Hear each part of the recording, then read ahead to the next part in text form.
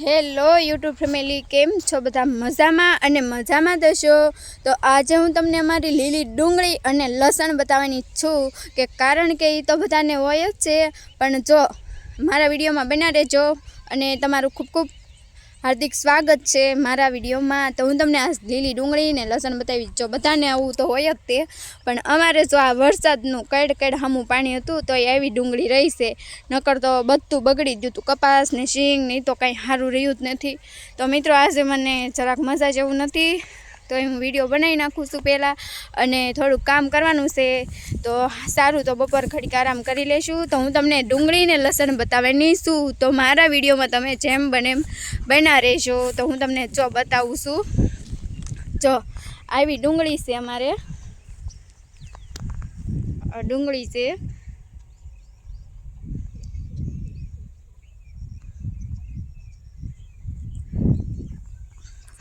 અને આ લીલું લસણ છે. જો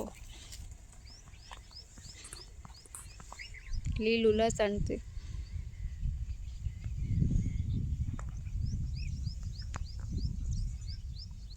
જો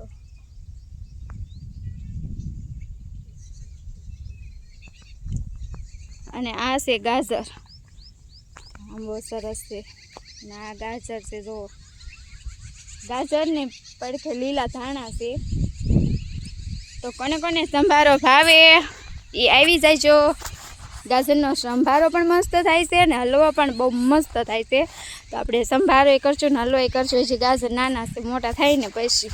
તો હેલો મિત્રો, જેમ બને મારા વિડીયોમાં બન્યા રહેજો. હું તમને રોજ અલગ અલગ બધું વાડીની સિસ્ટમ બતાવતી રહીશ, અને હજી મારે તમને એક બે દેશી દવા પણ બતાવવાની છે. તો સારું મિત્રો, વિડીયો ગમે તો લાઈક શેર ને સબસ્ક્રાઈબ કરી દેજો.